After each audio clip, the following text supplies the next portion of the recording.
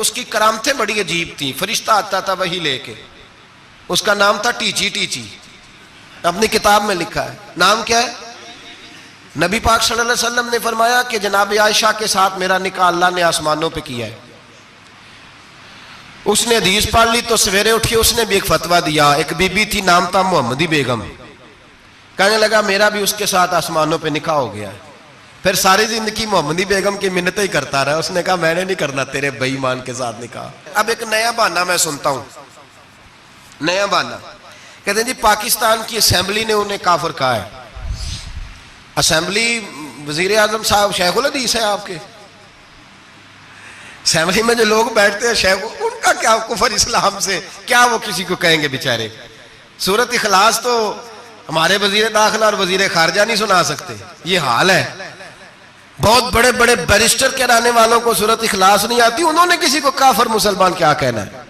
Assembly का मसला नहीं है, उम्मत मुस्लिमा के उलमा मुहद्दिसीन मुहक्किकीन का मुतफिका फैसला है कि मरज़ई कल भी काफिर थे, आज भी कयामत तक काफिर, और बदतरीन काफिर है, हल्के फुल्के काफिर भी नहीं, सुपरलेटर डिग्री है, जबरदस्त किस्म के काफिर है, छोटे मोटे भी नहीं, आखिरी दर्जे के बदतरीन मुशरिक हैं।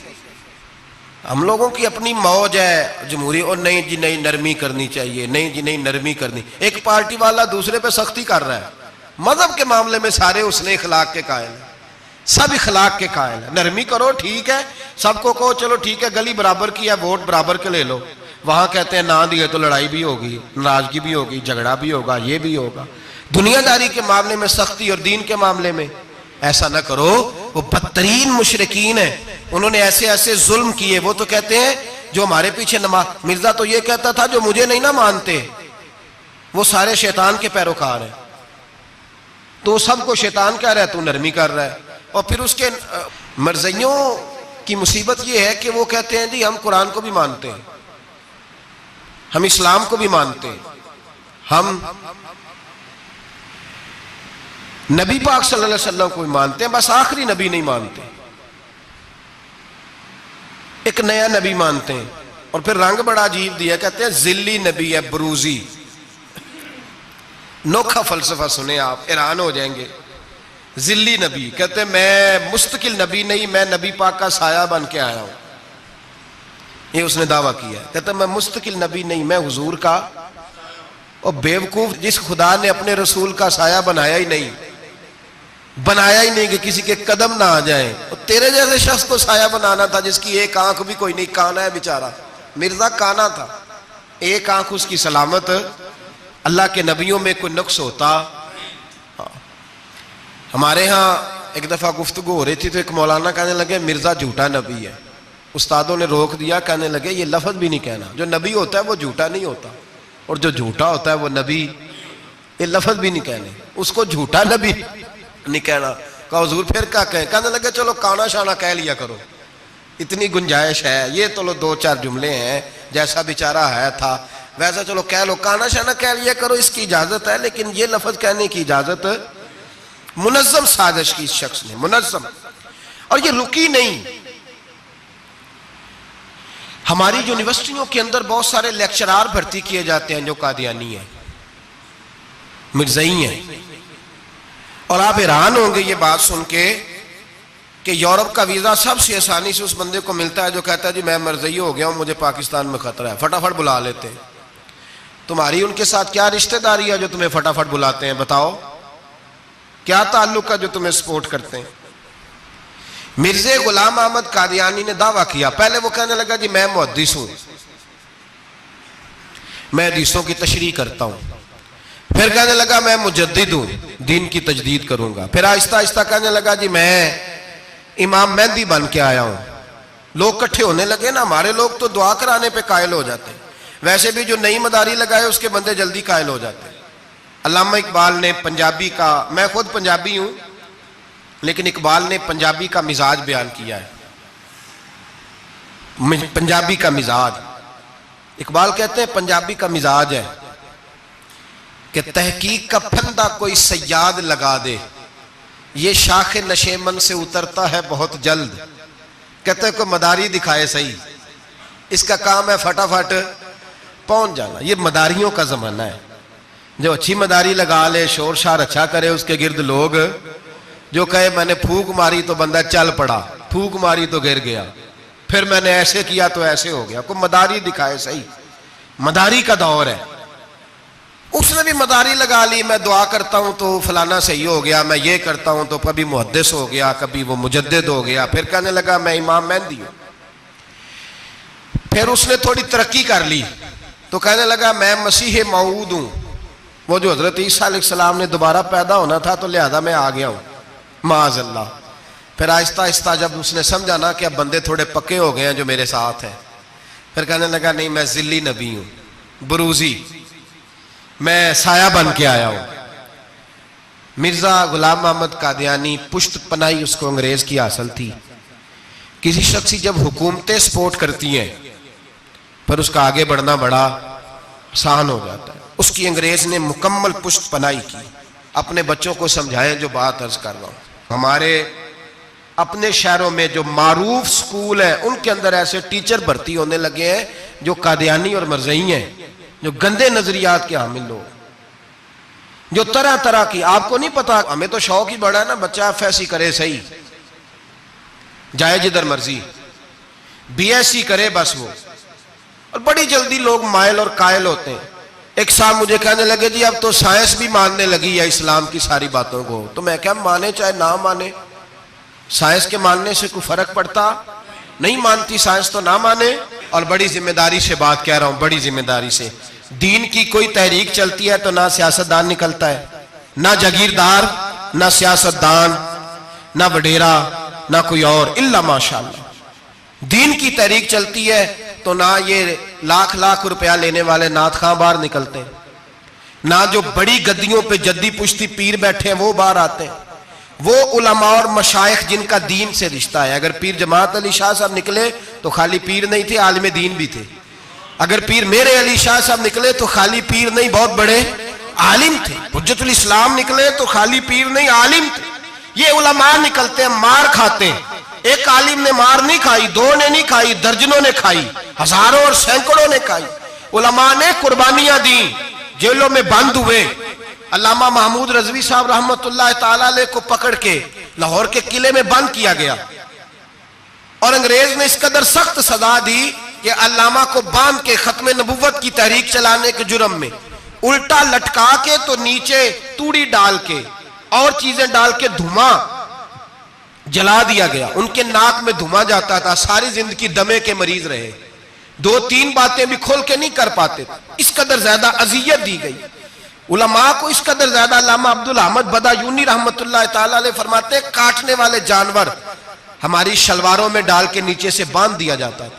कहा जाता था अब खत्म नबुव्वत की बात करो, लेकिन कोई शख्स भी एक मिनट के लिए भी पीछे हटने को तैयार, कुर्बानियां देकर, कुर्बानियां इन बेईमानों को काफिर करार दिलवाया।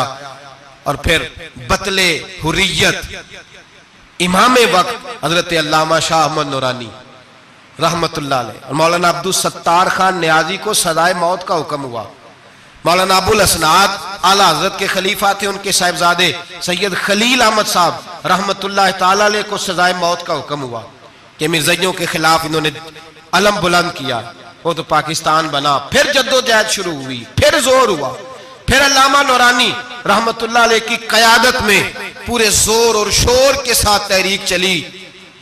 आखिर मजबूर हुए उस दौर के वजीर आजम भुट्टो साहब मजबूर हो गए और कहा ठीक है, सवेरे मैं मिर्जे के पोते को बुलाता हूं, आप असेंबली में बैठ के बात करें, उनसे गुफ्तगू करें। अगर हम कौमी असेंबली के मेंबरान ने देखा वाकई झूठा है तो हम उन्हें अकलियत करार दे देंगे।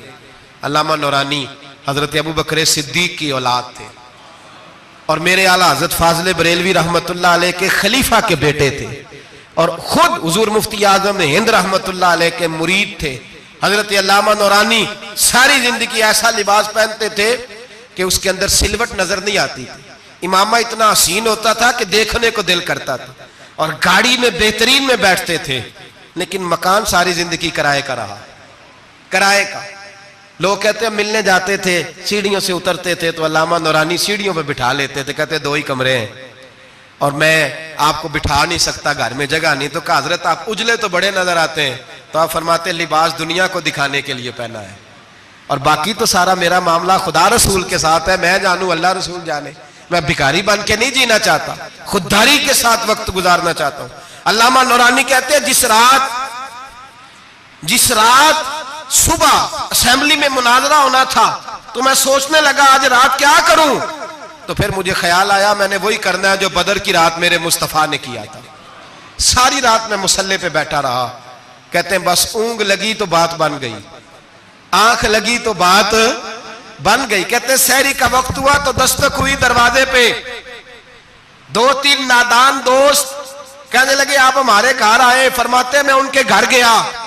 जब उनके घर पहुंचा तो वहां मरज़ई और कादियानी 10 करोड़ रुपया ब्रीफ केस में बंद करके लाए और कहने लगे मौलाना ये बयाना है, बयाना, ये आप बयाना पकड़ लें और बाकी पैसे बाद में। सुना है मकान भी किराए का है, सुना है आपके पास कोई प्रॉपर्टी नहीं, ये बयाना ले ले, बाकी बाद में आएगा। अल्लामा नूरानी कहते हैं मैंने जब पैर की ठोकर लगाई तो ब्रीफ केस खुल गया और उसमें करोड़ों रुपए बिखर गए। मुझे कहने लगे पैसे देख के तो आपको ख्याल आ गया होगा कि बच्चों के लिए भी कुछ सोचना है, पीछे भी पलट के देखना है। तो नूरानी साहब रहमतुल्लाह अलैह फरमाने लगे मैंने कहा हाँ मैं वसूल तो कर लेता पर तुमने कीमत बड़ी थोड़ी लगाई है। ईमान बेचना इतनी थोड़ी कीमत, मेरी तो रात ज्यादा कीमत लग गई है, बड़ी ज्यादा कीमत, मैं तो बिक गया हूं पहले से। कहने लगे आपकी क्या कीमत लगी है? फरमाने लगे रात में दुरूद पढ़ते पढ़ते सोया हूं तो मदीने वाले रसूल का दीदार नसीब हुआ है और नबी पाक ने थपकी दे के कहा फिक्र न करना मैं तेरे साथ हूं। तो कहने लगे जिसकी कीमत मोहम्मद अरबी लगाए कोई उसे खरीद सकता है?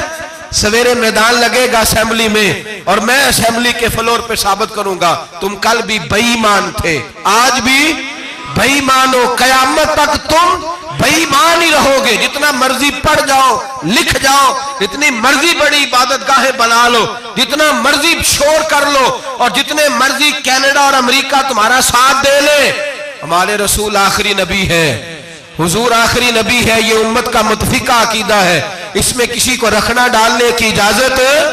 आप फरमाते हैं सवेरे वो आया, बड़े जोर से आया, कभी अंग्रेजी बोलता कभी कोई बोली बोलता, लेकिन अहमद रजा के दरवाजे का एक फकीर एक बात ही करता, वो रजा के नेजे की मार है कि अदुव के सीने में गार है, किसे चारा जोई का वार है कि जो वार वार से पार। कहते एक और मौलवी साहब भी आए मेरे साथ मुनाजरा करने, उनकी अपनी किताब से निकल आया कि नबी पाक के बाद आखिरी कोई और नबी आ जाए तो फर्क नहीं पड़ता। अपनी किताब से, उनके दारुल उलूम बनाने वाले की किताब से निकल आया। तो मौलवी वो मिर्जा कहने लगा तुमने भी तो लिखा है। हमने कहा ये भी बेईमान है, आला हजरत कह चुके हैं ये काफिर है, ये भी तुम्हारी तरह का ही है जालिम, लिहाजा इसकी बात का कोई एतबार नहीं है। काफिर करार दे दिया गया, कुफर तो हो गया, अकलियत तो हो गई, लेकिन वो आज तक अपनी हरकतों से बाज। हमारे बच्चों को पता ही नहीं ये कितने गलत है, हमें खबर ही नहीं कि ये कितने बुरे हैं। भाई एक साहब से मेरी एक दफा बात हुई, चौधरी साहब थे, गुफ्तगू हुई तो कहने लगे जी खत्म नबुव्वत नहीं मानते तो खत्म हो गया मसला, अल्लाह नाराज हो जाएगा। खत्म नबुव्वत नहीं मानते तो अल्लाह नाराज हो जाएगा। मैंने कहा जनाब के कितने बच्चे हैं? कहने लगे 4। जमीन कितनी? 20 किले। कितने कितने आए बोलिए? तो मैंने कहा एक नया बंदा आके खड़ा हो जाए, कहे मैं भी आपका बेटा हूं, तो आप राजी हैं? मिसाल दे रहा हूं समझाने के लिए, बिला मिसाल हो बिला तशबीह, आप राजी हो जाएंगे? बोले नहीं नहीं तुसा चुप कर क्या आखना, चल कोई नहीं 4 भी वंड लेने थे 5 वंड लेने, हो जाएगा ऐसा? अजीब बंदे हो, जो काम जो तुम्हारा बेटा नहीं, जब तुम उसे बेटा मानने को तैयार नहीं, तो जो अल्लाह का नबी नहीं वो मैदान में खड़ा होकर मैं भी हूं मैं भी हूं मैं भी हूं, तो ये किस तरह काबिल कबूल बात है? और एक भाई सगे भाई को जायदाद देने को तैयार नहीं तो एक और आके शामिल हो जाए, कहे मुझे भी शामिल कर लो, चलो कोई नहीं फर्क पड़ता, इतनी जमीन है आप देखी, इतनी जमीन है अब्बा जी की, मुझे भी शामिल कर लो, तो लोग तो कत्ल कर देंगे। कहें जब तू है नहीं तो हमारा भाई बनता क्यों है? ओ खुदा के बंदे, अजीब फलसफा है, हयात है, अजीब जिंदगी है, फटाफट लोग मान लेते हैं। सब लोगों ने अपनी अपनी बातें की, सब ने अपने अपने दलाइल दिए खत्म नबुव्वत पे। जरूरत ही नहीं थी, जब हुजूर कह गए, जो बन सकते थे उनको नबी पाक कह गए, जो बन सकते थे जिनमें सलाहियतें थी। हुजूर ने फरमाया अली तो मेरे लिए इसी तरह है जिस तरह मूसा के लिए हारून थे। लेकिन मूसा के भाई हारून भी नबी थे, पर मेरे बाद को नबी हो सकता तो हो उसी तरह जिस तरह मूसा के लिए हारून, जिनके अंदर खूबियां पाई जाती थी। फरमाया अबू बकर मेरी सारी उम्मत से अफजल है पर नबी नहीं है। मेरे रसूल पाक ने फरमाया उमर फारूक में वो सारी खूबियां पाई जाती हैं जो एक नबी में हो। लौ काना नबिय्यन बाद लकाना उमर इब्ने खत्ताब, अगर कोई मेरे बाद नबी होता तो खत्ताब का बेटा उमर होता। जो हो सकते थे जब वो नहीं हुए तो तू काना शाना उठ के आ गया है, इधर कादियान का रहने वाला, और तू कहता है नहीं मुझे मान लो। चलो पूरा ना मानो, जिल्ली मान लो, बरूजी मान लो, कोई हया होनी चाहिए। और बड़े बड़े सियाने बंदे, उनको आज तक पता ही नहीं कि ये जलील कितने, इनके अंदर खबासत कितनी पाई जाती है। मेरे रसूल पाक उम्मत के लोगों ने अपने अपने दलाइल दिए, नबी पाक की उम्मत ने अपने अपने। हजरत मियां मोहम्मद बख्श साहब रहमतुल्लाह अलैह खत्म नबुव्वत पे बात करने लगे तो उन्होंने अनोखी बात ही कर दी, अनोखी बात। एक शख्स उनसे कहने लगा चल के देखो तो सही, मिले तो सही। आप फरमाने लगे दफा करो, जिन्ना अंदर इश्क है रचिया ओना नहीं भज जाना, भावे सोने मिलन हजारा असा नहीं यार बटौना।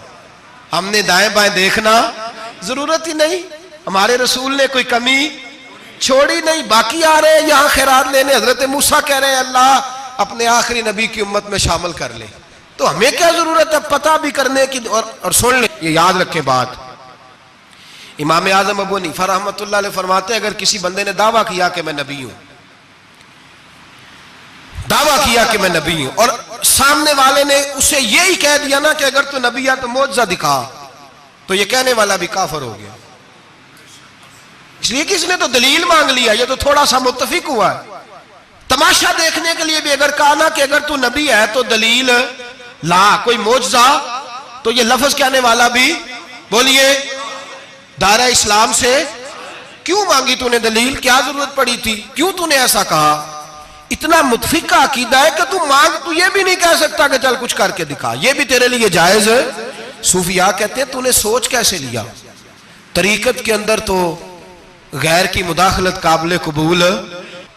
अल्लाह ने तौहीद का हर जगह ख्याल रखा, रिसालत की वादानियत का हर जगह ख्याल रखा। अल्लाह एक, कुरान एक, इस्लाम, नबी एक, बाप, उस्ताद, कोई किसी किस्म की मुदाखलत की जरूरत, कैसे लोग मुदाखलत कर लेते हैं फटाफट। हजरत पीर सैयद मेहर अली शाह साहब गोलड़वी रहमतुल्लाह, हजरत ख्वाजा शमसुल आरिफीन सियालवी रहमतुल्लाह अलैह के पास पढ़ा करते थे, तदरीस होती थी। ख्वाजा को बिठा के दरस तसव्वुफ, दरस कुरान, दरस हदीस देते थे। यूं बैठे हैं, गुफ्तगू हो रही है, पढ़ाया जा रहा है। एक बड़े नूरानी चेहरे वाले खूबसूरत बुजुर्ग अंदर आए, बड़ी ताजगी, बड़ा प्यार, बड़ी मिठास उनके आने में। जब वो आए तो हज़रत शमसुल आरिफीन उठ के मिले, माथा चूमा, प्यार हुआ, 2-3 मिनट गुफ्तगू हुई, तो गुफ्तगू में बड़ी नूरानियत, बड़ी खूबसूरती, बड़ी रानाई, बड़ी ठंडक मिली दोनों बुजुर्गों की मुलाकात से। चंद लम्हों के बाद, थोड़ी देर गुफ्तगू के बाद वो बुजुर्ग उठे बाहर निकल गए। हजरत शमसुल आरिफीन मुरीदों पे नजर डाली, फरमाने लगे तुम्हें पता है ये कौन था? शागिर्दों जानते हो कौन था? का हुजूर नहीं। फरमाया खिज़र अलैहिस्सलाम थे, मुझसे मिलने आते हैं अक्सर, और अभी गली में होंगे, किसी ने मिलना है तो मिल लो। दौड़ के गए सारे लोग मुलाकात करने, भागे गए। पीर मेहर अली शाह साहब बैठे हैं। आपने फरमाया मेहर अली तुमने नहीं मिलना? कहने लगे हुजूर नहीं। फरमाया क्यों? कहने लगे हुजूर मैं उसे ना मिलूं जिसे खिज़र भी मिलने आता है, उसे ना मिलूं जिससे वो मिलने आता है। मैंने क्या करना है उनसे मिलके? आपसे मिलूंगा जिनसे हजरत खिज़र भी मिलने आती है। जिन्हां तना विच इश्क है रचिया ओना नहीं भज जाना, भाने भावे सोने मिलन हजारा असा नहीं यार बटौना। जरूरत ही नहीं, ऐसे हसीन महबूब के बाद किसी और जगह नजर जमाने की तबीयत जरूरत नहीं, तवज्जो नहीं, ख्याल नहीं। जिसने ये पूछ भी लिया कि तू बता, कोई मौजज़ा दिखा, वो भी दायरा इस्लाम से। नबी पाक सल्लल्लाहु अलैहि वसल्लम के जमाने में हुजूर ने खुद फरमाया था 30 के करीब लोग होंगे जो दावा करेंगे हम नबी हैं। फरमाया दज्जाल होंगे, कज़्ज़ाब होंगे जो दावा करेंगे। एक बंदे ने तो हुजूर की ज़ाहिर याद में दावा कर दिया, मुसलमा उसका नाम था। 150 साल के करीब उम्र पाई उसने, और बहुत सारे उसके मानने वाले इसीलिए मानने लग गए कि उम्र बड़ी लंबी है। माशअल्लाह ताला लोगों का अपना अपना मिजाज है ना, मानने का अपना अपना मिजाज है। एक उससे काना आदमी दुआ कराने आया, एक आंख से काना था, उसने दुआ कराई तो दोनों आंखों से अंधा हो गया, दोनों आंखों से। अल्लाह ने उसे सजा दी तो एक मानने वाला कहने लगा फटाफट मान जाओ, वरना जो इसकी ना माने पूरा अंधा हो जाता है। मानने वालों का अपना अंदाज है ना। एक लंगड़ा आया, एक टांग से लंगड़ा के चलता था, मुसलमान से दुआ कराने आया तो दूसरी भी जाया हो गई, ये उसका हाल था। पर मानने वालों का क्या किया जाए, मानने वाले जिसको मर्जी मानने लगते हैं, नफसियाती तौर पर लोग कमजोर हो जाते हैं। मुसलमान ने नबी पाक सल्लल्लाहु अलैहि वसल्लम को खत लिखा, कहने लगा हुजूर के जमाना मुबारका में, और कुछ हदीसें ऐसी भी मिलती हैं जिससे यह साबित होता है कि उसकी हुजूर से मुलाकात भी हुई, सामने कुछ बोल ना सका, जाके खत लिखा। कहने लगा कि आप मेरे साथ मुआहदा कर लें, जब तक आप हयात ज़ाहिरी में आप नबी, और जब आपका विसाल हो जाए तो मैं नबी, या ये मुआहदा कर ले कि आधे अरब के आप नबी और आधे का मैं नबी। माज़अल्लाह, उसने ये खत लिखा। नबी पाक ने जवाब लिखा, फरमाया मैं तो अल्लाह का रसूल हूं, तू कज़्ज़ाब है, तू कज़्ज़ाब है, झूठा है। लोग एक और भी, मैं एक दिन आर्टिकल पढ़ रहा था, कहने लगे जी मिर्जे के अब बड़े मानने वाले हैं, उसको कज़्ज़ाब नहीं कहना चाहिए, उनको दुख होता है।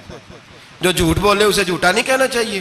तुझे बोल दे क्यों नहीं, तो की प्रोग्राम है, कहना चाहिए कि नहीं कहना चाहिए, यह स्वाब होगा। इसलिए कि जो नबूवत का दूसरा दावा करे उसको नबी पाक ने झूठा कहा है। हुजूर ने फरमाया तू कज़्ज़ाब है, क्या कहा है, तो स्वाब होगा, आखोगे तो क्या कहा है, कज़्ज़ाब। तो उसको कज़्ज़ाब कहना नबी पाक की क्या की है ना, फिर जी मनन वाले तकलीफ होंगी तो मैं क्या पई होवे, वो कज़्ज़ाब है, लिहाजा हमेशा कज़्ज़ाब ही रहेगा। जब हुजूर ने कहा है जो दावा करे नबूवत का वो क्या है, तो लिहाजा कज़्ज़ाब ही रहेगा। हुजूर ने लिखा कज़्ज़ाब, जब नबी पाक ने कज़्ज़ाब लिखा ना खत में, कौन लेके जाएगा, अब उसके दरबार में जाना है, हालात बड़े खतरनाक है, उसके गिर्द बंदे भी हैं, और उसके घर जाना है, मुश्किल मरहला है। एक सहाबी थे छाबड़ी फरोश, सर के ऊपर रख के ना टोकरा, तो मदीने की गलियों में खजूरें बेचते, 11-12 बच्चों के बाप थे। कौन जाएगा, और जिस्मानी तौर पे भी कमजोर थे, फटाफट उठे, खजूर खा रहे थे, हाथ खड़ा करके कहा हुजूर किसी और की ड्यूटी ना लगाना, मैं जाऊंगा। जब ये लफ्ज कहे तो उनके मुंह से खजूर के टुकड़े गिरे सहाबा के चेहरों पर। एक सहाबी कहने लगे पहले खजूर तो खा ले, बड़ी तुझे जल्दी है बोलने की, खा तो ले। कहने लगे अगर मेरे खाते खाते ड्यूटी किसी और की लग गई, तो किसी और की लग गई तो क्या करूंगा, जल्दी है मुझे।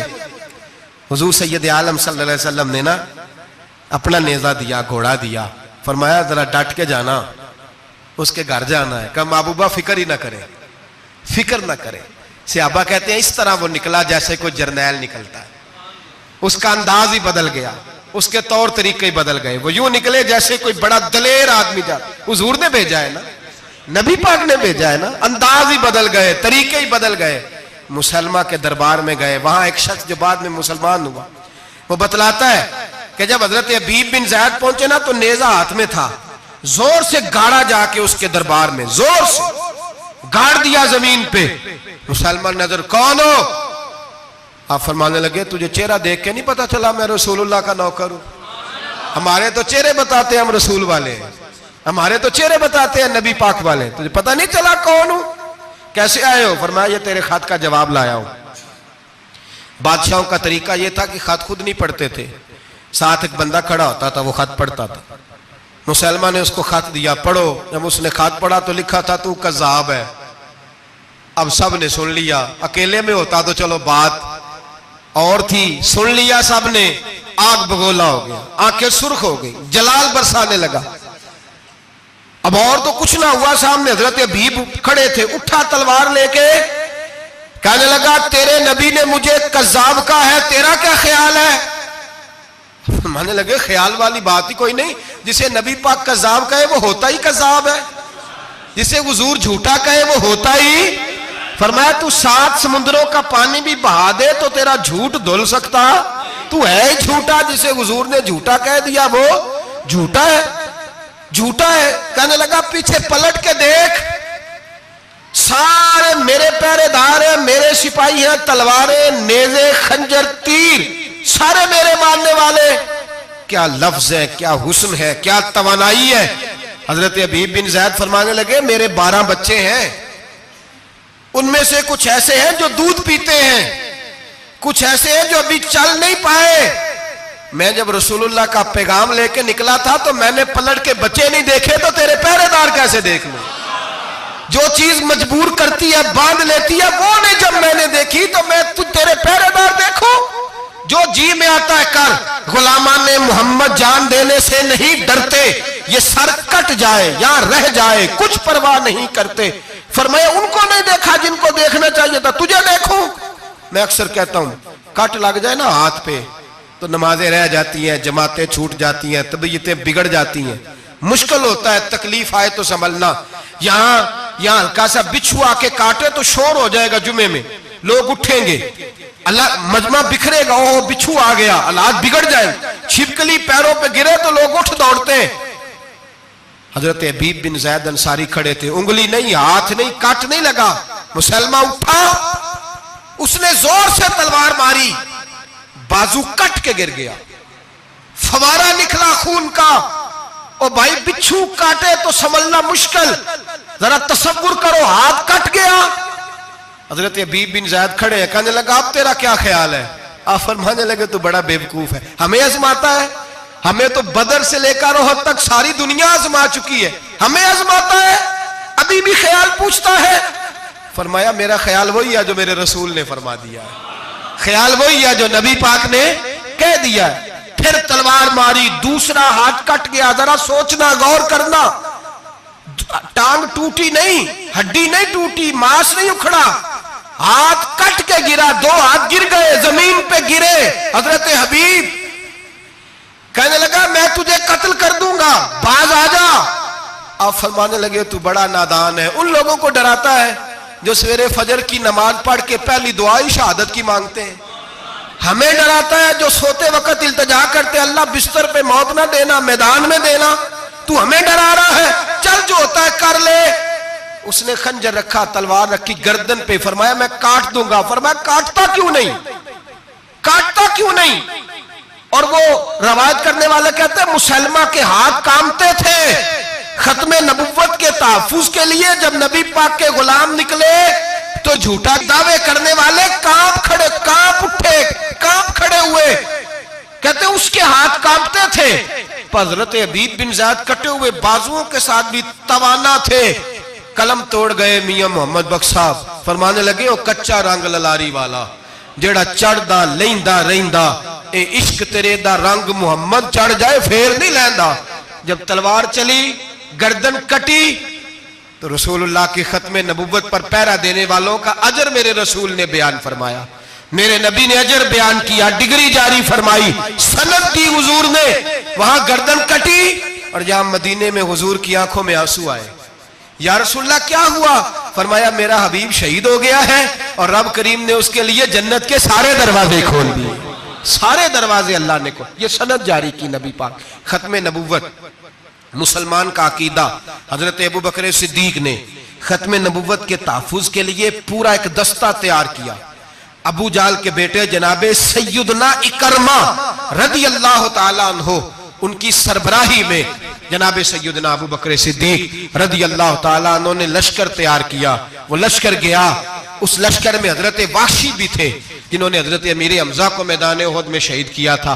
फरमाते मैं दुआ करता था, ऐ अल्लाह बेहतरीन मुसलमान मेरे हाथों शहीद हुआ है, अब मेरे हाथों कोई बदतरीन काफिर कत्ल करा ताकि मेरा कफारा हो जाए। फरमाते जब मैं गया, जब मैं निकला, मैदान में पहुंचा तो मुसलमान मेरे सामने आ गया, झूठी नबुव्वत का दावा करने वाला। कहते हैं जब सामने आया तो मैंने उसको मारा, तीर वो गिरा, और जब गिरा तो मैंने रखा फिर उसकी गर्दन पे पैर। मैंने कहा मेरे रसूल तो मैदान बदर में दुआ करें तो 5000 फरिश्ते आते हैं, तू जरा पलट के देख बेईमान तेरा हाल क्या है। फरमाते हैं मेरे कदमों के नीचे। मैंने कहा तू मेरे नबी से मुकाबला करने चला था।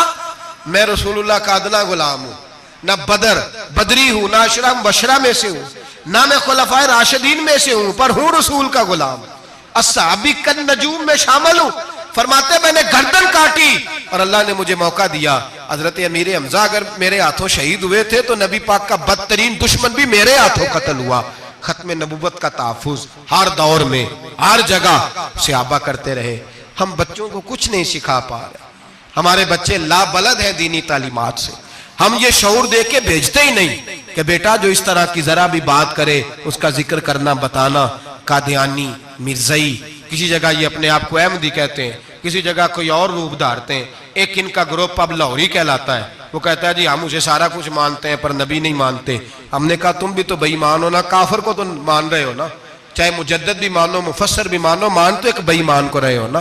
काफिर को काफिर मानना जरूरी है। अल्लाह ने कहा कुल या अय्युहल काफिरून, अल्लाह ने काफिर को काफिर कहा है, तो काफिर को काफिर मानना ये जरूरियात दीन का हिस्सा है। तो लिहाजा अपनी औलादों को, नस्लों को, आने वाले तबकात को बिलखुसूस कॉलेज में, यूनिवर्सिटीज में और इन जगहों पे जो लोग तालीम हासिल करने जाते हैं उन बच्चों को खास करके समझाएं, उन पर खास ध्यान दें, तवज्जो करें कि वो बच्चे इन चीजों से बाज आए, परहेज करें।